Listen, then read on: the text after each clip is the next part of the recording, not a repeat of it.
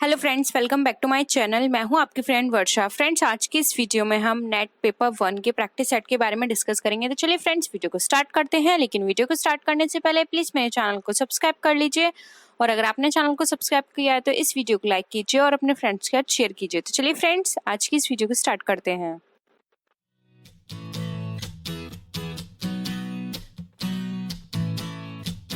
First question है, विच of the following statement is true, यानी कि आप ये 4 स्टेटमेंट है, उसमें से कौन सा ट्रू है। Computer aided education can replace a teacher, यानी कि कंप्यूटर एडेड एजुकेशन है, क्या वो टीचर को रिप्लेस कर सकता है। सेकंड है, computer aided education can assist a teacher, ये कंप्यूटर एडेड एजुकेशन क्या टीचर को असिस्ट करता है। Online teaching and face to face teaching both are effective. Fourth option है, face to face teaching is less effective than the online teaching. तो friends, computer aided education हमारे लिए important है, लेकिन ऐसा नहीं है कि वो एक टीचर को रिप्लेस कर दे। तो ये ऑप्शन हमारा गलत है, क्योंकि फ्रेंड्स अगर टीचर को रिप्लेस कर दिया जाएगा फिर तो स्कूल भी उसकी भी जरूरत नहीं रहेगी स्कूल की, क्योंकि हर कोई अपने आप ये एजुकेशन अपने घर में ही प्रोवाइड कर सकता है।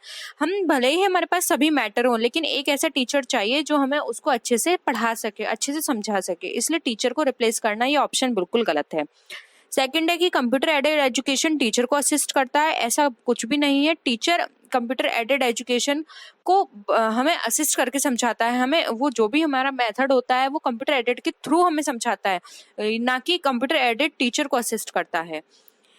थर्ड ऑप्शन है, online teaching and face to face teaching both are effective, ये बिल्कुल सही है। दोनों ही मेथड हमारे लिए बहुत ही इफेक्टिव है, हम ऑनलाइन टीचिंग की बात करें या फेस टू फेस की। जबकि इसमें लिखा है कि face to face teaching less effective है ऑनलाइन टीचिंग से, तो ये गलत है। तो फ्रेंड्स, ऑप्शन थर्ड हमारा यहाँ पे राइट आंसर है। नेक्स्ट है, in order to solve the problem of aimlessness in education we should develop, यानी कि अगर एजुकेशन में एमलेसनेस की प्रॉब्लम है तो हमें क्या डेवलप करना चाहिए। Democratic citizenship, centralised education, straight and forward AIIMS, या फिर रिफॉर्म्स एंड एडमिनिस्ट्रेटिव सेटअप। तो फ्रेंड्स, अगर हम यहाँ पर एमलेस एजुकेशन की प्रॉब्लम है उसकी बात करें तो यहाँ पर डेमोक्रेटिक सिटीजन से यहाँ पे एजुकेशन की प्रॉब्लम सॉल्व नहीं होगी। और थर्ड है हमारा स्टूडेंट फॉरवर्ड एम, इससे भी हम फ्रेंड्स हमारी एजुकेशन की प्रॉब्लम तो सॉल्व हुई नहीं, क्योंकि अगर हम किसी भी तरह से स्टूडेंट फॉरवर्ड एम भी बना देंगे तो वहाँ पे एजुकेशन हम वहाँ पे लोगों को कैसे पहुँचा पाएंगे।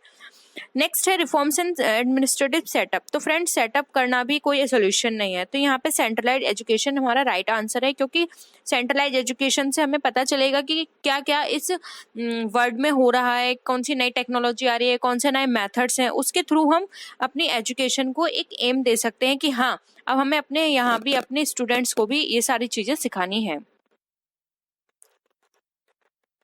नेक्स्ट है, if a student misbehave with other students in the class the teacher should, यानी कि एक स्टूडेंट है जो कि अदर स्टूडेंट्स के साथ मिसबिहेव करता है तो एक टीचर को क्या करना चाहिए। फ्रेंड्स, इस तरह के क्वेश्चंस आप प्रैक्टिकली होके खुद पे लागू करके सोचिए कि आप अगर टीचर होगे तो आप क्या करोगे। ऑप्शन है, report the matter to the parents, यानी कि जो भी मैटर है उसकी रिपोर्ट आप उनके पेरेंट्स को दोगे, उसके पेरेंट्स को। सेकंड है, punish him at the time of morning assembly in the school. तो फ्रेंड्स, यहाँ पे सिर्फ उसको पनिश करना असेंबली के टाइम पे ये कोई सोल्यूशन नहीं है, हो सकता है कि वो उससे और भी ज़्यादा मिसबिहेव करने लगे, और इससे क्या होगा, वो उसका मॉरल भी डाउन होगा। क्यों, तो ये सब चीज़ें हम करना हमारे लिए कोई पर्पस नहीं है, हमें बस उसको सुधारना है। नेक्स्ट है, deal with him with systematic understanding, या फिर फोर्थ है, treat him with sympathy and understanding. तो फ्रेंड्स, हमारा यहाँ पे ऑप्शन फर्स्ट भी गलत है, सेकंड भी हमारा गलत है, थर्ड की बात करें तो फ्रेंड्स ये हमारा सही ऑप्शन है, और फोर्थ भी हमारा गलत है। तो आप एलिमिनेशन के थ्रू इसको अच्छे से कर सकते हैं, क्योंकि फ्रेंड्स अगर हम उसको सिंपैथी दिखाएंगे, उसको समझने की कोशिश करेंगे, तो ये भी एक सोल्यूशन नहीं है, क्योंकि सिंपैथी दिखाने से क्या होगा, हो सकता है वो आगे जाके और भी इसी तरह से बिहेव करने लगे, उसे लगे कि टीचर तो कुछ कहता नहीं है, वो इस तरह से और भी चीजें कर सकता है। तो आपको क्या करना है, सिस्टमैटिक अंडरस्टैंडिंग के थ्रू उसको उससे डील करना है, उससे पूछना है क्या प्रॉब्लम है, आपको ये स्टूडेंट्स क्यों पसंद नहीं है, या आपका पढ़ाई में मन क्यों नहीं लगता। तो इस तरह के क्वेश्चंस आपको उनसे पूछने हैं, उनको उसी के अकॉर्डिंग डील करना है। तो यहाँ पे थर्ड ऑप्शन जो है हमारा वो राइट आंसर है। नेक्स्ट है, how can a failed students be encourage to study sincerely in the same class, यानी कि अगर एक स्टूडेंट्स है वो फेल हो रहा है तो उसको किस तरह से सिंसियरली इनकरेज किया जाए स्टडी के लिए सेम क्लास में। बाय टीचिंग काउंसलिंग करके, साइकोलॉजिकल काउंसलिंग करके, गार्जियन काउंसलिंग करके, या स्टूडेंट एसोसिएशन के थ्रू। तो फ्रेंड्स, टीचिंग काउंसलिंग करने से कोई फायदा नहीं है, क्योंकि आप टीचर्स आपस में काउंसलिंग करेंगे तो स्टूडेंट्स का कोई प्रॉब्लम सॉर्ट आउट नहीं होगी, क्योंकि प्रॉब्लम स्टूडेंट्स में है। सेकंड है साइकोलॉजिकल काउंसलिंग, हो सकता है ये। Guardian counselling, friends guardian counselling से भी कोई फायदा नहीं है, क्योंकि गार्जियन काउंसलिंग से क्या होगा, आप सिर्फ पता लगा सकते हो या फिर आप स्टेप्स ले सकते हो, लेकिन वहां पर उस स्टूडेंट्स की जो मेंटेलिटी है वो चेंज नहीं होगी। स्टूडेंट्स एसोसिएशन से भी कोई फायदा नहीं है। तो यहाँ पे आप क्या करेंगे, एक साइकोलॉजिकल काउंसलिंग लोगे कि उस स्टूडेंट्स को क्या प्रॉब्लम है, या तो उसका इंटरेस्ट नहीं है पढ़ने में, या फिर उसको किसी और चीज में इंटरेस्ट है। तो ये सारी चीजें आपको साइकोलॉजिकल काउंसलिंग से पता चलेंगी। तो यहाँ पे ऑप्शन 2 हमारा राइट आंसर है। नेक्स्ट है आवर एग्जामिनेशन सिस्टम इज, यानी कि जो हमारा एग्जामिनेशन सिस्टम है वो किस तरह का है, डिफेक्टिव है, विदाउट एनी डिफेक्ट है, in the interest of the students है, या वेल प्लान्ड है। तो फ्रेंड्स, अगर हम अपने एग्जामिनेशन सिस्टम की बात करें तो डिफेक्टिव है हम ये भी नहीं कह सकते, क्योंकि डिफेक्टिव होगा ऐसा तो हो ही नहीं सकता कि हम डिफेक्टिव सिस्टम बनाएं, ठीक है। और विदाउट एनी डिफेक्ट है ये भी नहीं हो सकता, क्योंकि ये हमें पता है कि ऐसी कोई भी चीज नहीं है जिसमें कोई भी प्रोन्स या कॉन्स ना हो, हर चीज में कोई ना कोई डिफेक्ट होता है। और स्टूडेंट्स के इंटरेस्ट में है हम ये भी अभी पूरी तरह से नहीं कह सकते कि इंटरेस्ट स्टूडेंट्स के इंटरेस्ट में है। तो हम इसको वेल प्लान्ड कह सकते हैं कि वेल प्लान्ड है हमारा एग्जामिनेशन सिस्टम। नेक्स्ट है which article in the constitution deal with elementary education, यानी कि फ्रेंड्स एलिमेंट्री एजुकेशन में कॉन्स्टिट्यूशन का कौन सा आर्टिकल डील करता है। आर्टिकल 45, आर्टिकल 370, आर्टिकल 19 या आर्टिकल 226। तो फ्रेंड्स ये आप इसका जो राइट आंसर है वो है आर्टिकल 45 एलिमेंट्री एजुकेशन से डील करता है, रिलेटेड होता है, जो कि कॉन्स्टिट्यूशन में ये एलिमेंट्री एजुकेशन की जितने भी पॉलिसीज रूल्स बनते हैं वो इस आर्टिकल के थ्रू होते हैं। नेक्स्ट है for physically handicapped students of the school there should be, यानी कि जो फिजिकली हैंडीकैप्ड स्टूडेंट्स हैं वो स्टूडेंट्स किस तरह के होने चाहिए, उनको किस तरह से आप ट्रीट करेंगे।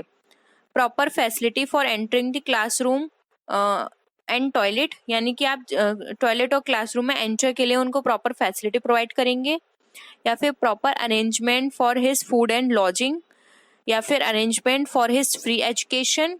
नेक्स्ट है an arrangement for necessary equipment. तो फ्रेंड्स इसका जो राइट आंसर है वो है ऑप्शन 1, जो कि है आप उनको क्लास में एंटर करने के लिए या टॉयलेट में किसी भी तरह की प्रॉब्लम है उनको जाने में वहां पर, तो आप उनको हेल्प कर सकते हो। तो इस तरह की फैसिलिटी होना बहुत ही इंपॉर्टेंट है, जबकि फूड और लॉजिंग के लिए प्रॉपर अरेंजमेंट हो इतना इम्पोर्टेंट नहीं है। अरेंजमेंट, फ्री एजुकेशन ये बिल्कुल भी उससे रिलेटेड नहीं है स्टूडेंट से। और नेसेसरी इक्विपमेंट्स ये भी ये तब चीज़ें काम आएंगे जब बहुत ज़्यादा सीवियर प्रॉब्लम है, लेकिन थोड़ी बहुत प्रॉब्लम है उसके लिए आप इस चीज़ों में प्रॉब्लम हो सकते हैं कि उनको एंटर करने में प्रॉब्लम हो रही है क्लास में, तो आप ये हेल्प कर सकते हो।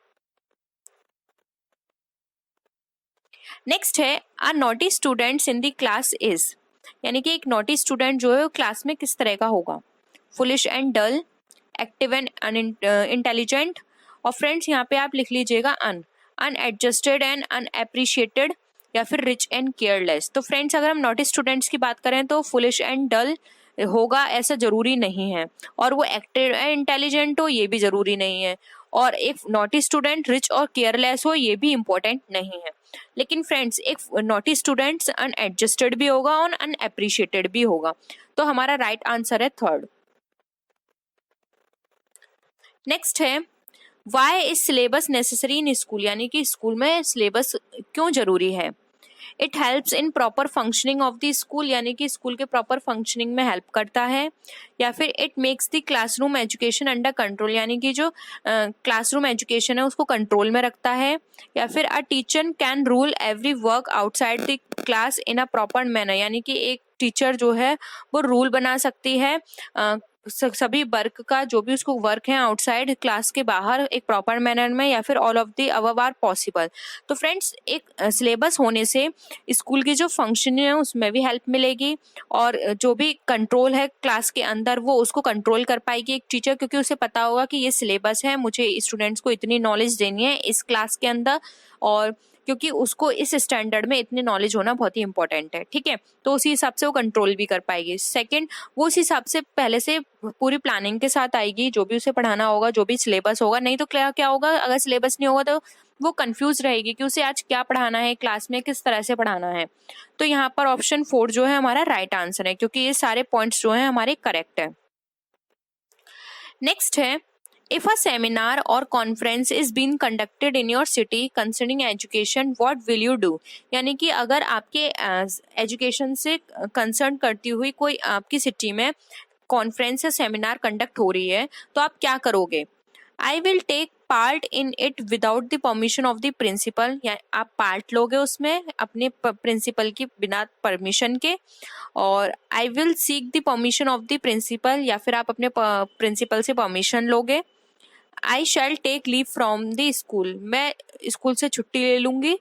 या फिर I shall take no interest in it, यानी कि मैं इस तरह की चीज़ में कोई इंटरेस्ट नहीं लूंगी। तो फ्रेंड्स, इस तरह की चीज़ों में आपका जो अगर आंसर होगा तो वो आंसर होगा सेकंड, क्योंकि आप बिना किसी अपने प्रिंसिपल की परमिशन के वहाँ नहीं जा सकते हो, और आप छुट्टी भी नहीं ले सकते हो कि आपने इस तरह की चीज़ों को अटेंड करने के लिए आपने स्कूल से ही छुट्टी ले ली। या फिर ऐसा भी नहीं है, जब वो आपके एजुकेशन से इंटरेस्ट है तो रिलेटेड है तो आप उसमें इंटरेस्ट ना हो, ऐसा भी नहीं हो सकता। तो आप उसमें पार्टिसिपेट करिए, लेकिन आप पार्टिसिपेट करेंगे अपने प्रिंसिपल की परमिशन से। तो सेकंड आंसर हमारा राइट है। नेक्स्ट है, how will you evaluate a students on the basis of the question paper type, यानी कि आप एक स्टूडेंट्स को इवेल्युएट कैसे कर सकते हो, किस क्वेश्चन पेपर टाइप के through. On the basis of objective type questions में, या फिर ऐसे टाइप क्वेश्चंस में इवेल्युएट कर सकते हो, शॉर्ट आंसर टाइप क्वेश्चंस में, या फिर ऑल ऑफ द अबव में। तो फ्रेंड्स, का जो राइट आंसर है वो है option 4 all of the above, क्योंकि ऑब्जेक्टिव टाइप में फ्रेंड्स आपको पूरी प्रॉपर अंडरस्टैंडिंग नहीं होगी स्टूडेंट्स के बारे में। ऑब्जेक्टिव में आप पता लगा सकते हो कि स्टूडेंट्स को बेसिक कितनी नॉलेज है। ठीक है, ऐसे टाइप में आप पता लगा सकते हो कि स्टूडेंट्स की खुद की थिंकिंग क्या है किसी भी चीज को लेके, और यहाँ पे आप उनकी राइटिंग और उनकी थिंकिंग, इन सब चीजों पे आप पता लगा सकते हो। शॉर्ट आंसर में भी आप उनके किसी भी चीज को वो किस तरह से डिफाइन कर सकते हैं अपने स्मॉल वर्ड्स में, ये आप पता लगा सकते हो। तो ये सारी ही चीजें आपकी हेल्प करती हैं एक स्टूडेंट को इवेल्युएट करने में। नेक्स्ट है, in order to make teaching more effective in the class what should be done, यानी कि किसी भी टीचिंग को मोर इफेक्टिव बनाने के लिए क्या करना चाहिए। After the teaching the same type of question should be given to the students for practice, यानी कि टीचिंग के बाद आप सेम उसी टाइप के क्वेश्चन स्टूडेंट्स को देंगे प्रैक्टिस के लिए। या फिर homework should be given frequently, या फिर आप बच्चों को फ्रिक्वेंटली होमवर्क देंगे। नेक्स्ट है, homework should be given now and then, यानी कि होमवर्क पहले देंगे उसके बाद में भी देंगे। या फिर after school hour same type of question should be got solve from the students, यानी कि सेम स्कूल आवर्स में सेम टाइप के क्वेश्चंस आप उनको सॉल्व करने के लिए देंगे। तो फ्रेंड्स, इसके लिए जो राइट आंसर होगा वो होगा ऑप्शन 1।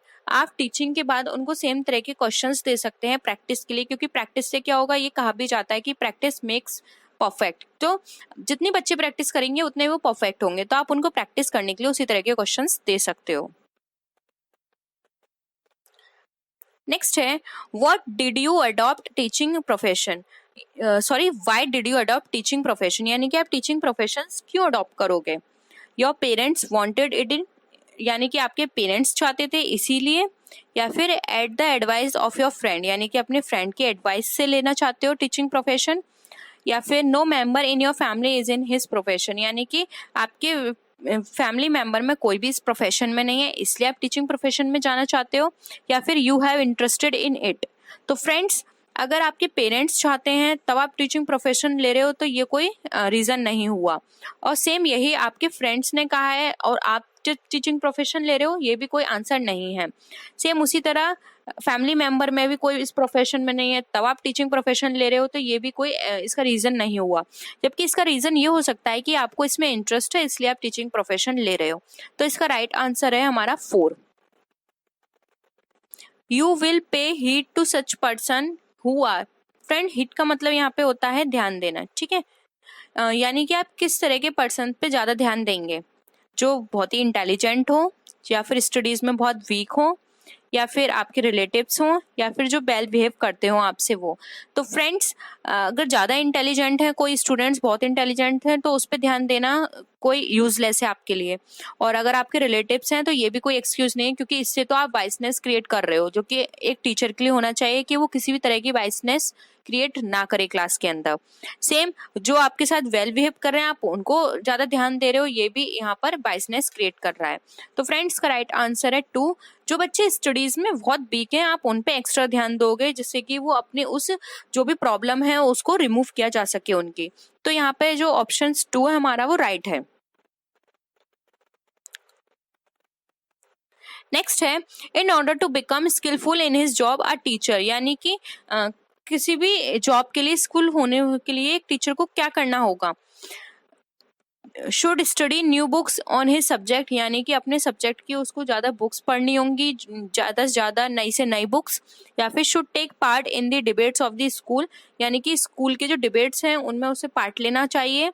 या फिर should write on his subject, यानी कि जो उसका सब्जेक्ट है उस पर उसको ज़्यादा लिखना होगा। या फिर ऑल ऑफ द अबव।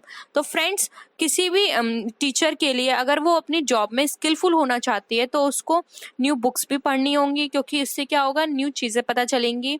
और डिबेट्स में पार्टिसिपेट लेना होगा, क्योंकि डिबेट से क्या होता है, हमारी बहुत सारी चीज़ें ऐसी होती हैं जिनको हम डीप में पढ़ते हैं डिबेट देने से पहले, तो वो हमारी क्लियर होंगी। साथ ही साथ हम जितना लिखेंगे उतना ही हमें चीज़ें हैं वो ज़्यादा अंडरस्टैंडेबल बनेंगी।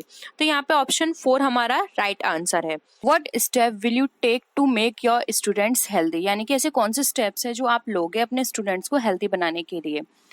ऑप्शंस हैं, make the parents aware of the importance of good health, यानी कि आप गुड हेल्थ की इम्पोर्टेंस को से अवेयर कराने के लिए उनके पेरेंट्स को अवेयर करोगे। सेकेंड है, organize debate on the importance of health good health, यानी कि गुड हेल्थ के ऊपर एक डिबेट को ऑर्गेनाइज करोगे। Give them training regarding health, यानी कि उन्हें हेल्थ के रिगार्डिंग ट्रेनिंग प्रोवाइड करोगे। या फिर give examples of healthy students, यानी हेल्दी स्टूडेंट्स के एग्जाम्पल्स दोगे।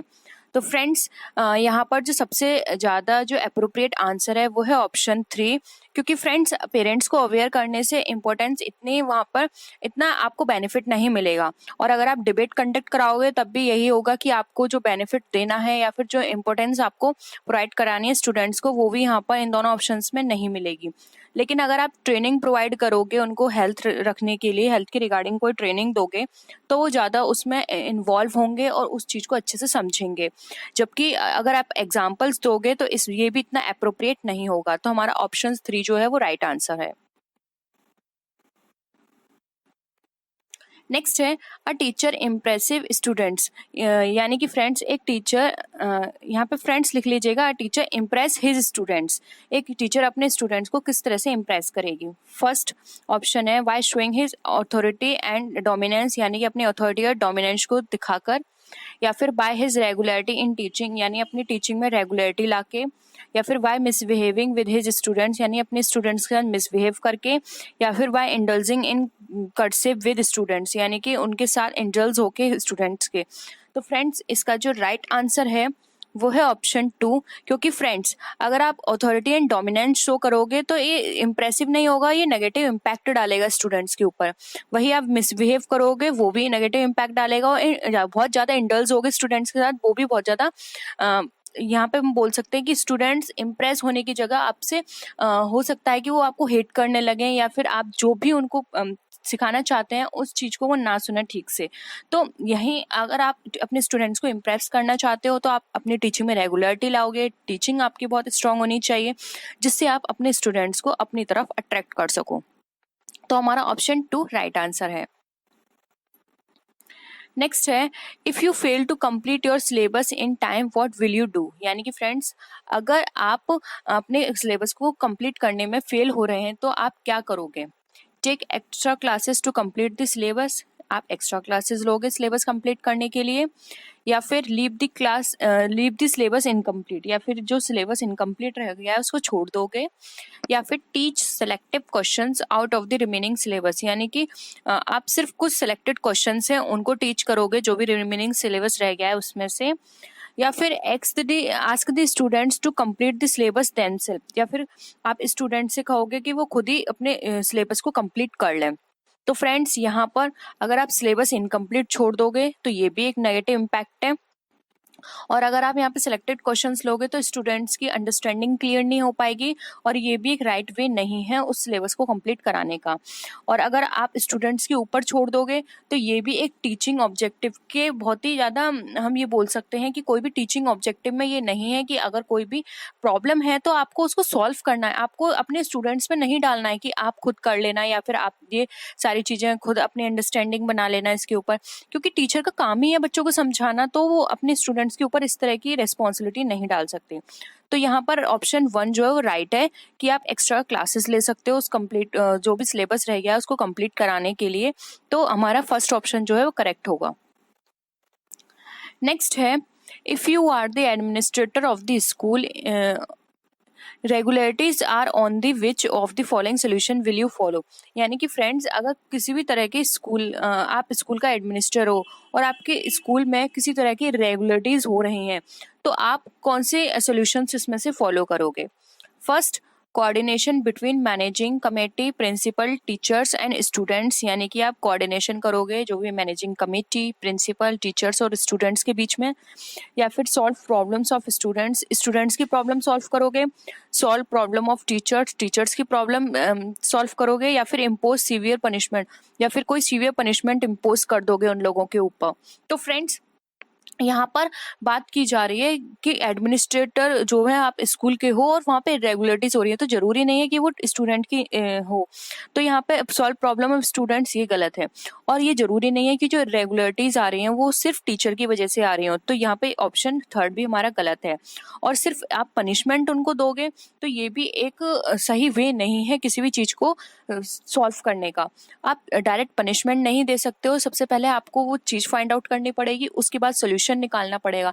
और जब किसी भी तरह की कोई बड़ी प्रॉब्लम आती है तो उसमें भी आप पनिशमेंट नहीं दे सकते हो, आपको अच्छे से अच्छा जो भी बेटर हो सके आप वो सोल्यूशन निकालने की कोशिश करोगे। तो यहाँ पे ऑप्शन 1 करेक्ट है कि आप देखोगे मैनेजिंग कमेटी, टीचर्स, प्रिंसिपल्स और स्टूडेंट्स के बीच कोऑर्डिनेशन बना के चलोगे, क्या प्रॉब्लम है स्टूडेंट्स को, क्या प्रॉब्लम है टीचर को, सब की प्रॉब्लम्स को सुन के आपको एक बड़ा डिसीजन लेना है, एक बढ़िया डिसीजन लेना है जो कि सभी के लिए अप्रोप्रिएट हो। तो आपको कोऑर्डिनेशन करना पड़ेगा इन सभी पार्टीज के बीच में। नेक्स्ट है, should students be allowed to ask question in the class, यानी कि एक स्टूडेंट्स को क्लास में क्वेश्चन पूछने के लिए अलाउ करना चाहिए, नहीं, यस, समटाइम्स, या as per the wish of the teacher. तो फ्रेंड्स, अगर आप नहीं बोलेंगे तब भी ये सही नहीं है, क्योंकि स्टूडेंट्स की क्वेरी फिर किस तरह से सॉल्व होंगे। और अगर समटाइम्स होगा तो फ्रेंड्स कई बार ऐसा होगा कि क्वेश्चन इस तरह के हैं कि स्टूडेंट्स को बार बार उसमें पूछने की जरूरत पड़ रही है, और आपने समटाइम्स यहाँ पे बोल रखा है, तो क्या होगा, स्टूडेंट्स की जो भी क्वेरी होगी वो ठीक तरह से सॉर्ट आउट नहीं हो पाएगी। उसी तरह से अगर टीचर की विश होगी कि हाँ आज तुम पूछ सकते हो या फिर कल आज नहीं पूछोगे, इस तरह की अगर आप कंडीशन रखोगे तो हो सकता है जिस दिन आपने कंडीशन रखी है कि आज पूछ सकते हो और उस दिन बच्चों की कोई क्वेरी नहीं है, या फिर जिस दिन आपने कहा है कि आज कोई क्वेश्चन नहीं पुट अप किए जाएंगे और उस दिन बच्चे की क्वेरी है, तो क्या होगा, वहां पर उसकी क्वेरी वहीं रह जाएगी और वो पूरी तरह से सॉल्व नहीं हो पाएगी। तो ऑलवेज यस बोलना चाहिए कि इस चीज को, कि कभी भी किसी भी टाइम बच्चे को प्रॉब्लम हो रही है किसी भी क्वेश्चन में तो वो एनी टाइम वहां पे क्वेश्चंस पूछ सकता है। नेक्स्ट है, most of the student dislike going to the classroom because, यानी कि क्वेश्चन है कि बहुत से स्टूडेंट्स ऐसे हैं जो क्लासरूम में जाने में पसंद नहीं करते हैं, क्योंकि they have tuitions at home, क्योंकि वो उन खुद को जो भी होम ट्यूशन है वो घर पर ले रहे हैं, या फिर teach don't allow them to enter the class, यानी टीचर्स जो हैं वो उन्हें अलाउ नहीं करते एंटर करने के लिए क्लास में। दे आर स्ट्राइकर्स, वो स्ट्राइकर्स हैं इसीलिए वो पसंद आना नहीं करते स्कूल में। या फिर the teacher harsh and the time table is dull, या फिर टीचर्स हार्श है और उनका टाइम टेबल जो है वो भी डल है, मतलब बच्चों के अप्रोप्रिएट नहीं है। तो फ्रेंड्स इसका जो अप्रोप्रिएट आंसर होगा करेक्ट वो होगा first, they have tuitions at home, क्योंकि मोस्टली स्टूडेंट्स आज के टाइम में अपने ट्यूशन्स लेते हैं घर पे, तो वो यही सोचते हैं कि स्कूल में जाके क्या होगा, हम लोग ट्यूशन्स ले रहे हैं, हम ट्यूशन से ही सारी स्टडी कंप्लीट कर लेंगे, जो कि ये गलत वे है। जो चीज़ हम स्कूल में सीख सकते हैं वो हम 1 घंटे के ट्यूशन में नहीं सीख सकते, और स्कूल में हम एकेडमिक के साथ नॉन एकेडमिक एक्टिविटीज़ भी सीखते हैं। बहुत सारी चीज़ें ऐसी होती हैं जो हमें अपने कलीग से पता चलती हैं, जो भी हमारे साथ स्टूडेंट्स पढ़ रहे हैं, अपने फ्रेंड्स हैं, उनसे पता चलती हैं, क्योंकि बहुत सारी क्वेरीज ऐसी होती हैं अदर स्टूडेंट्स की जिससे हमें हमारी जो क्वेरी होती है उसका आंसर हमें मिल जाता है। इसीलिए ट्यूशन कोई बेस्ट ऑप्शन नहीं है। हाँ, ये है कि हम सेकंड ऑप्शन लेके चल सकते हैं, क्योंकि बहुत सारे स्टूडेंट्स ऐसे होते हैं जिनको बहुत सारी चीज़ें ऐसी होती हैं कि वो स्कूल में नहीं पूछ पाते हैं, या किसी भी तरह की प्रॉब्लम होती है, क्लियर नहीं हो पाती है, तो अपने ट्यूशन में पूछ सकते हैं। लेकिन सिर्फ ट्यूशन पर डिपेंड होना ये राइट वे नहीं है।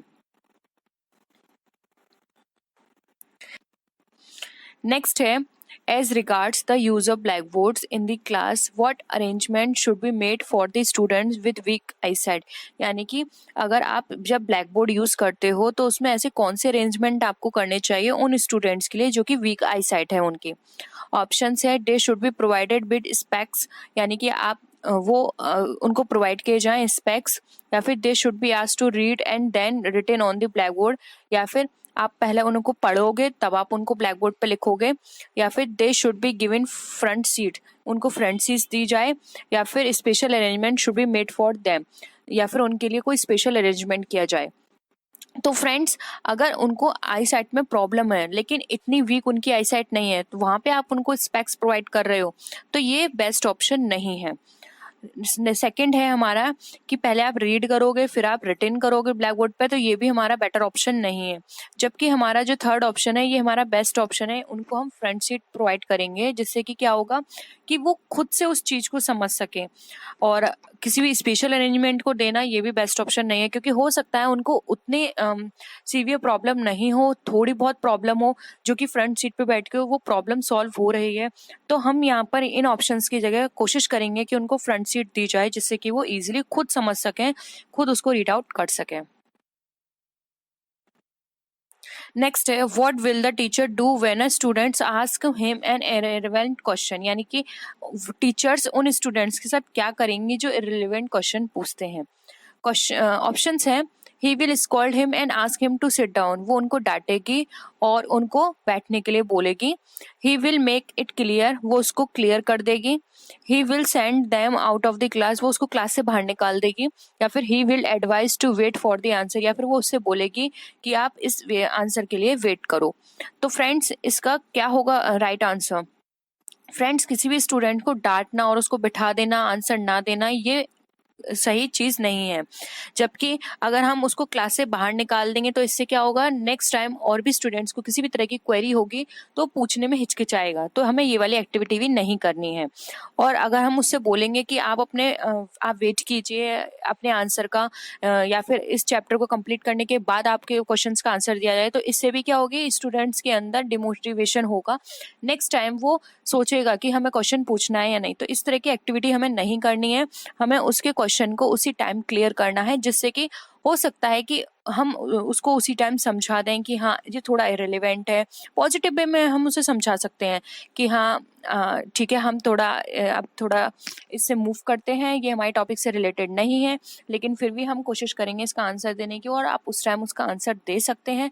लेकिन किसी भी स्टूडेंट्स को डांटना, क्लास से बाहर निकालना या फिर वेट करने के लिए बोलना, ये अप्रोप्रिएट वे नहीं है किसी भी स्टूडेंट्स को आंसर करने का, क्योंकि इससे क्या होगा, अदर स्टूडेंट्स भी डिमोटिवेट होंगे और उनको कोई रिलेवेंट क्वेरी भी होगी तब भी वो पूछने में हिचकिचाएंगे। तो इस तरह की चीज हमें क्लास के अंदर नहीं करनी है। नेक्स्ट है, too much liberty given to the students create, यानी कि अगर हम ज़्यादा से ज़्यादा लिबर्टी स्टूडेंट्स को प्रोवाइड करेंगे तो ये क्या क्रिएट करेगी। आइडियल एटमॉस्फेयर फॉर टीचिंग, या फिर आइडियल एटमॉस्फेयर बनाएगी टीचिंग का, या फिर much noise in the class, ज़्यादा शोर होगा क्लास में, indiscipline in the class, indiscipline create करेंगे स्टूडेंट्स क्लास में, या फिर no problem in the class, class में किसी भी तरह की कोई प्रॉब्लम नहीं होगी। तो फ्रेंड्स, ज़्यादा लिबर्टी देने से आइडियल एटमॉस्फेयर होगा, ये तो बिल्कुल ही अपोजिट हो गया। और ज़रूरी नहीं है कि ज़्यादा लिबर्टी देने से नॉइस क्रिएट ही हो, ये भी इनकरेक्ट है। और कोई प्रॉब्लम नहीं होगी, ऐसा तो हो ही नहीं सकता, क्योंकि ज़्यादा लिबर्टी देने से क्या होता है, इनडिसिप्लिन क्रिएट होता है। तो हमारा यहाँ पे ऑप्शन थर्ड जो है वो हमारा राइट आंसर है। नेक्स्ट है, what will you as a teacher set the students if they come late on a rainy day, यानी कि आप क्या करोगे एज अ टीचर अपने स्टूडेंट से, या फिर क्या कहोगे जब वो रेनी डे में लेट आएंगे। ऑप्शंस हैं, you should not say anything, आप उनसे कुछ नहीं कहोगे। You would find out the reason of their being late, आप उनसे उनका रीजन पूछोगे कि वो लेट क्यों हुए हैं। या फिर you would punish them for getting late, आप उनको पनिश करोगे लेट होने के लिए। या फिर you would make them take on oath not to come late in future, आप उनसे ये ओथ लोगे कि वो फ्यूचर में अब कभी लेट नहीं आएंगे, प्रॉमिस करवाओगे। तो फ्रेंड्स, इसका जो राइट ऑप्शन होगा, देखो हम इसको हम एलिमिनेशन से करते हैं। तो फ्रेंड्स, आप उनसे कुछ नहीं कहोगे, ये ऑप्शंस भी गलत है, ठीक है। और अगर आप उनको पनिश करोगे, ये भी ऑप्शन गलत है। हो सकता है कि अब आगे किसी भी तरह की कोई इमरजेंसी प्रॉब्लम हो, तो हो सकता है स्टूडेंट्स लेट आके अपनी स्टडीज करना चाहे, लेकिन आपने उसको इतना ज़्यादा पनिश कर दिया कि वो नेक्स्ट टाइम छुट्टी ही कर ले, ठीक है। वो कोशिश करे कि वो आ सकता है थोड़ा लेट, उस बाकी की क्लासेस जो रह गई हैं उसको वो स्टडी कर ले उनमें आके, लेकिन आपने उसको डांट दिया तो हो सकता है कि वो आगे से आए ही ना कॉलेज में, ठीक है। तो इस तरह की चीज़ें भी नहीं करनी है। या फिर आप उनसे फ्यूचर में एक ओथ लोगे कि हाँ वो अब कभी भी लेट नहीं आएंगे, तो ये भी गलत है, क्योंकि हो सकता है कि आगे जाके कोई ऐसी इमरजेंसी हो जाए कि उसको फ्यूचर में लेट आना पड़े। तो इस तरह की चीज़ भी नहीं करानी चाहिए क्लास के अंदर। आप उन राइट वे है तो उनको आप रीज़न पूछ सकते हैं कि वो ऐसा लेट क्यों आए हैं, क्या रेन ही रीज़न था आने का लेट, या फिर कोई और रीज़न था, और उसके अकॉर्डिंग फिर आप आगे की जो भी प्रोसेसिंग है वो कर सकते हैं। लेकिन वहाँ पर आप उनको डांटना, उनको क्लास से निकाल देना, ये सारी एक्टिविटी गलत है। आपको उनको रीज़न पूछना होगा, सबसे पहले उनको मौका देना होगा कि वो बता सकें कि वो लेट क्यों आए हैं। नेक्स्ट है, how will you inculcate this sense of corporation among students, यानी कि आप एक स्टूडेंट्स के अंदर किस तरह से कॉपरेशन का जो फीलिंग है वो इनकलकेट करोगे। By telling them the importance of sports, यानी कि आप स्पोर्ट्स की इम्पोर्टेंस को उन्हें बताओगे। Bye explaining them that games promote mutual cooperation and mental balance, आप उनको एक्सप्लेन करोगे कि गेम्स हमारे अंदर प्रमोट करता है mutual cooperation and mental balance को। या फिर आप उन्हें बताओगे कि गेम वेस्ट ऑफ टाइम है, या फिर आप इनमें से कोई भी ऑप्शंस नहीं होगा। तो फ्रेंड्स, इसका जो राइट आंसर होगा वो होगा option B, by explaining them that games promote mutual cooperation and mental balance. Friends, cooperation का सेंस आप उनके अंदर इनकलकेट इसलिए कर सकते हो कि आप उन्हें बताएं कि गेम्स जो है वो हमारे अंदर mutual cooperation and mental balance create करते हैं, इसलिए हमें गेम्स एक्टिविटी में पार्टिसिपेट करना चाहिए। Next is, some of the students are below average. As a principal of the school, your response to such students will be, यानी कि कुछ स्टूडेंट्स ऐसे हैं जो कि बिलो एवरेज हैं, और एज अ प्रिंसिपल हमारा क्या रेस्पॉन्स होगा उन स्टूडेंट्स के लिए। ऑप्शंस हैं, equal behaviour with all the students in the school, हम सभी स्टूडेंट्स को जो भी हमारे स्कूल में है उनको इक्वल बिहेवियर रखेंगे। या फिर to disallow admission to them in the next class, ऐसे स्टूडेंट्स को अलाउ नहीं करेंगे नेक्स्ट क्लास में एडमिशन के लिए। या फिर जेनरस एटीट्यूड रखेंगे उनके प्रति। या फिर not pay any special attention to them, यानी कि हम उनके लिए कोई स्पेशल अटेंशन नहीं देंगे। तो फ्रेंड्स, अगर यहाँ पे हम बेस्ट ऑप्शन देखें तो वो हमारा है फर्स्ट, वो बिलो एवरेज है लेकिन हम उनके साथ इक्वल बिहेवियर ही रखेंगे। अगर हम उनके साथ बाइसनेस होंगे कि ये बिलो एवरेज है, ये टॉपर है, या फिर ये एवरेज है, तो उनके अंदर क्या होगी, एक बहुत वो अपने आप को बहुत लो फील करेंगे। तो हमें ऐसा नहीं करना है कि वो इन्फीरियर फील करें या लो फील करें। और हमें अगर हम उनको डिसअलाउ करेंगे तो ये भी उनके लिए क्या होगा, एक तरह से उनके साथ बहुत गलत होगा, क्योंकि हम इस तरह से नहीं कर सकते हैं। और जेनरस एटीट्यूड दिखाना ये भी एक नेगेटिव चीज़ है, और उनके प्रति हम कोई भी स्पेशल अटेंशन ना दें, ये भी गलत है। जबकि हमें ऐसे स्टूडेंट्स को स्पेशल अटेंशन देनी चाहिए, फाइंड आउट करना चाहिए कि वो इस तरह से क्यों है, क्या रीज़न है उनका बिलो एवरेज रहने का, उनकी फैमिली प्रॉब्लम है कोई, या फिर उनको स्टडी में कोई प्रॉब्लम है। तो इस तरह की चीज़ों को हमें फाइंड आउट करना है। तो स्पेशल अटेंशन तो हमें उन्हें देनी है, लेकिन अदर स्टूडेंट्स के साथ और उनके साथ इक्वल बिहेवियर रखना है। तो फ्रेंड्स, ये थे हमारे आज के क्वेश्चंस। आई होप आपको वीडियो पसंद आया होगा। अगर वीडियो पसंद आया तो वीडियो को लाइक कीजिए, अपने फ्रेंड्स के साथ शेयर कीजिए, और किसी भी तरह की कोई भी क्वेरी हो या सजेशन देना चाहते हो तो आप नीचे कमेंट सेक्शन में लिख सकते हैं। हम कोशिश करेंगे जल्द से जल्द उसको पूरा करने की। तो फ्रेंड्स, नेक्स्ट वीडियो में हम फिर मिलते हैं और भी अच्छी वीडियोज़ के साथ। तब तक के लिए बाय बाय।